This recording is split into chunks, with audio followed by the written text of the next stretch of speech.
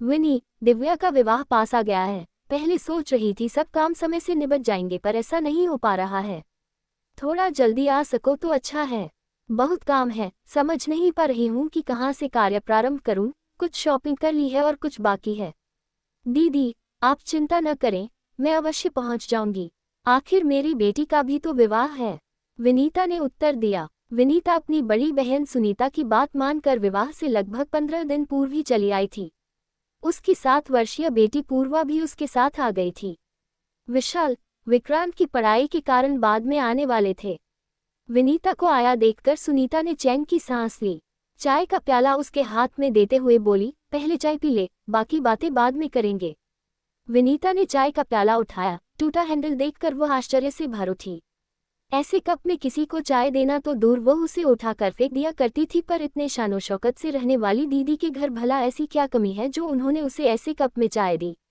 मन किया वह चाय न पिए, पर रिश्ते की मर्यादा को ध्यान में रखते हुए खून का घूंट पीकर चाय सिप करने लगी, पर उसकी पुत्री पूर्वा से नहीं रहा गया। उसने कहा, मौसी, इस कप का हैंडल टूटा हुआ है। क्या? मैंने ध्यान ही नहीं दिया। सारे कप गंदे पड़े हैं। मुनिया भी पता नहीं कहाँ चली गई। चाय की पत्ती लाने भेजा था, 1 घंटे से ज्यादा हो गया, अभी तक नहीं आई। नौकरानियों से कप ही नहीं बचते। अभी कुछ दिन पहले ही तो खरीद कर लाई थी। दूसरा निकालूंगी तो उसका भी यही हाल होगा। वैसे भी विवाह से 3 दिन पहले होटल में शिफ्ट होना ही है। अभी तो हम लोग ही हैं, इन्हीं से काम चला लेते हैं, सुनीता ने सफाई देते हुए कहा। विनीता ने कुछ नहीं कहा, चुपचाप चाय पीने लगी तथा पूर्वा खेलने में लग गई। विनीता भी सुनीता के साथ विवाह के कार्यों की समीक्षा करने व उन्हें पूर्ण करने में जुट गई। कुछ दिन बाद नंदिता भी आ गई। उसे देखते ही सुनीता और विनीता की खुशी की सीमा न रही। दोनों एक साथ बोल उठी, अरे अचानक तुम कैसे, कोई सूचना भी नहीं दी।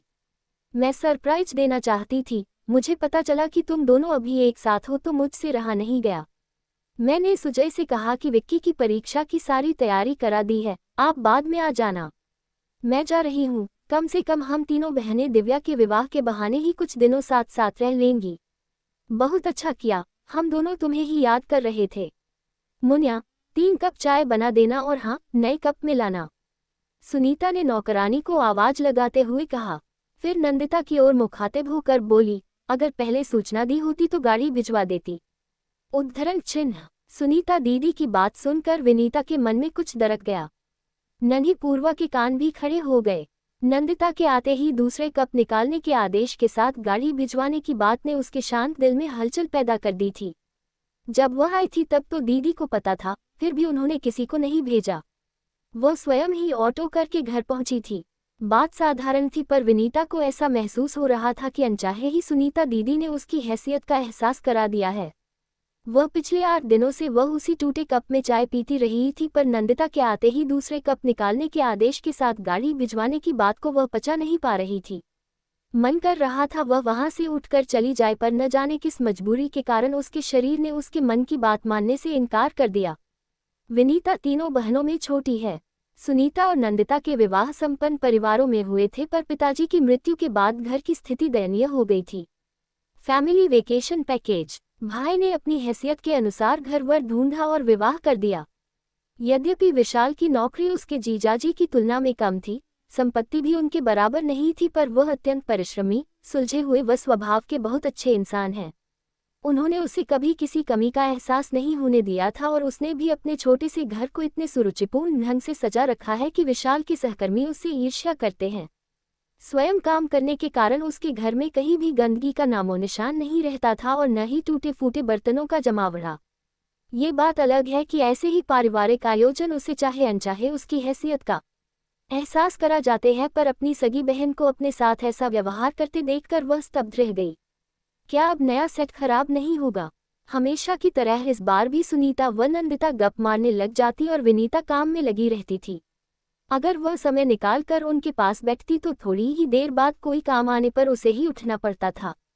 पहले वह इन सब बातों पर इतना ध्यान नहीं दिया करती थी, पर इस बार उसे काम में लगा देखकर एक दिन उसकी पुत्री पूर्वा ने कहा, मम्मा, दोनों मौसियाँ बातें करती रहती हैं और आप काम में लगी रहती हो, मुझे अच्छा नहीं लगता। बेटा, वे दोनों बड़ी हैं, मुझे उनका काम करने में खुशी मिलती है। पूर्वा की बात सुनकर वह चौकी पर संतुलित उत्तर दिया। उसने उत्तर तो दे दिया पर पूर्वा की बातें चाहे अनचाहे उसके दिमाग में गूंजने लगी। पहले भी इस तरह की बातें उसके मन में उठा करती थी पर यह सोचकर अपनी आवाज़ दबा दिया करती थी कि आखिर वे उसकी बड़ी बहनें हैं, अगर वे उसे कोई काम करने के लिए कहती है तो इसमें बुराई क्या है। पर इस बार बात कुछ और ही थी जो उसे बार बार चुभ रही थी। न चाहते हुए भी दीदी का नंदिता के आते ही नए कप में चाय लाने व गाड़ी भेजने का आग्रह उसके दिल और दिमाग में हथौड़े मारने लगता। जब जब ऐसा होता वह ये सोचकर मन को समझाने का प्रयत्न करती कि हो सकता है वह सब दीदी से अनजाने में हुआ हो, उनका वह मंतव्य न हो जो वह सोच रही है। आखिर वह उनकी छोटी बहन है, वे उसके साथ भेदभाव क्यों करेगी। सच तो यह है कि दीदी का उस पर अत्यंत ही विश्वास है, तभी तो अपनी सहायता के लिए दीदी ने उसे ही बुलाया। उनका उसके बिना कोई काम नहीं हो पाता है, चाहे वो दुल्हन की ड्रेस की पैकिंग हो या बक्से को अरेंज करना हो, चाहे मिठाई के डब्बे रखने की व्यवस्था करनी हो। और तो और विवाह के समय काम आने वाली सारी सामग्री की जिम्मेदारी भी उसी पर थी। दिव्या भी अक्सर उससे ही आकर सलाह लेते हुए पूछती, मौसी इस ड्रेस के साथ कौन सी ज्वेलरी पहनूंगी या ये चूड़ियां पर्स और सैंडल मैच कर रही हैं या नहीं। विवाह की लगभग आधी से अधिक शॉपिंग तो दिव्या ने उसके साथ ही जाकर की थी। वो कहती, मौसी आपका ड्रेस सेंस बहुत अच्छा है, वरना ममा और नंदिता मौसी को तो भारी भरकम कपड़े या हैवी ज्वेलरी ही पसंद आती है। अब भला मैं उनको पहनकर ऑफिस तो जा नहीं सकती, फिर लेने से क्या फ़ायदा। कहते हैं मन अच्छा ना हो तो छोटी से छोटी बात भी बुरी लगने लग जाती है। शायद यही कारण था कि आजकल वह हर बात का अलग ही अर्थ निकाल रही थी। ये सच है कि दिव्या का निश्चल व्यवहार उसके दिल पर लगे घावों पर मरहम का काम कर रहा था, पर दीदी की टोका टाकी असहनीय होती जा रही थी। उसे लग रहा था कि काम निकालना भी एक कला है, बस थोड़ी सी प्रशंसा कर दो और उसके जैसे बेवकूफ़ बेदाम के गुलाम बन जाते हैं। मन कह रहा था व्यर्थ ही जल्दी आ गई, काम तो सारे होते ही कम से कम यह मानसिक यंत्रणा तो न झेलनी पड़ती। विनीता जरा इधर आना, सुनीता ने आवाज लगाई। देख ये सेट नंदिता लाई है दिव्या को देने के लिए। विनीता के आते ही सुनीता ने नंदिता का लाया सेट उसे दिखाते हुए कहा, बहुत खूबसूरत है। विनीता ने उसे हाथ में लेकर देखते हुए निश्चल मन से कहा, पूरे 2.5 लाख रुपए का है। नंदिता ने दर्द से सबको दिखाते हुए कहा, मौसी आप मेरे लिए क्या लाए हो। वही खड़ी दिव्या ने विनीता की तरफ देखकर बच्चों सी मनोहार की। नंदिता का ये वाक्य सुनकर विनीता का मन बुझ गया। अपना लाया गिफ्ट उस बहुमूल्य सेट की तुलना में नगण्य लगने लगा, पर दिव्या के आग्रह को वह कैसे ठुकराती। उसने सकुचाते हुए सूटकेस से अपना लाया उपहार निकालकर उसे दिखाया। उसका उपहार देखकर दिव्या खुशी से बोली, वाओ मौसी आपका जवाब नहीं, ये पेंडेंट बहुत ही खूबसूरत है, साथ ही व्हाइट गोल्ड की चेन। ऐसा ही कुछ तो मैं चाहती थी, इसे तो मैं हमेशा पहन सकती हूँ। दिव्या की बात सुनकर विनीता के चेहरे पर रौनक लौट आई। लाखों के उस डायमंड सेट की जगह हजारों का उपहार दिव्या को पसंद आया। यही उसके लिए बहुत था। विवाह खुशी खुशी संपन्न हो गया और सभी अपने अपने घर चले गए। विनीता भी धीरे धीरे सब भूलने लगी। समय बड़े से बड़े घाव को भर देता है। वैसे भी दिव्या के विवाह के बाद मिलना भी नहीं हो पाया, न ही दीदी आई और न ही उसने प्रयत्न किया। बस फोन पर ही बातें हो जाया करती थीं। समय के साथ विक्की को आईआईटी कानपुर में दाखिला मिल गया और पूर्वा +2 में आ गई। इसके साथ ही वह मेडिकल की तैयारी कर रही थी। समय के साथ विशाल के प्रमोशन होते गए और अब वे मैनेजर बन गए हैं।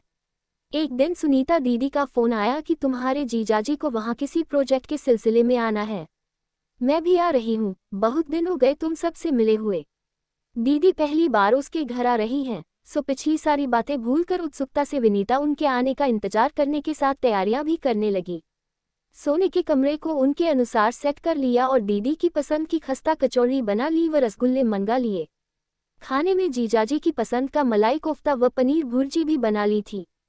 उसने दीदी जीजाजी की खातिरदारी का पूरा इंतजाम कर रखा था, पर न जाने क्यों पूर्वा को उसका इतना उत्साह पसंद नहीं आ रहा था। जीजाजी दीदी को ड्रॉप कर यह कहते हुए चले गए, मुझे देर हो रही है विनीता, मैं निकलता हूँ, आते आते शाम हो जाएगी, तब तक तुम अपनी बहन से खूब बात कर लो। बहुत तरस रही थी ये तुमसे मिलने के लिए, शाम को आकर तुम सबसे मिलता हूँ। दीदी ने उसका घर देखकर कहा, छोटे घर को भी तूने बहुत ही करीने से सजा रखा है। विशेषतः उन्हें पूर्वा का कमरा बहुत पसंद आया। तब तक पूर्वा ने नाश्ता लगा दिया। नाश्ते के बाद पूर्वा चाय ले आई। चाय का कप मौसी को पकड़ाया। सुनीता उस कप को देखकर चौंकी। विनीता कुछ कहने के लिए मुंह खोलती उससे पहले ही पूर्वा ने कहा, मौसी, इस कप को देखकर आपको आश्चर्य हो रहा होगा, पर दिव्या दीदी के विवाह में आपने मम्मा को ऐसे ही कप में चाय दी थी। हफ्ते भर तक वे ऐसे ही कपों में चाय पीती रही, जबकि नंदिता मौसी के आते ही आपने नया टी सेट निकलवा दिया था। मौसी, तब से मेरे मन में यह बात रह रहकर टीस देती रहती थी। वैसे तो टूटे कप हम फेंक दिया करते हैं, पर यह कप मैंने बहुत सहेज कर रखा था, उस याद को जीवित रखने के लिए कि कैसे कुछ अमीर लोग अपनी करनी से लोगों को उनकी हैसियत बता देते हैं, चाहे वे उनके अपने ही क्यों न हों। आज उस अपमान के साथ अपनी बात कहने का अवसर भी मिल गया।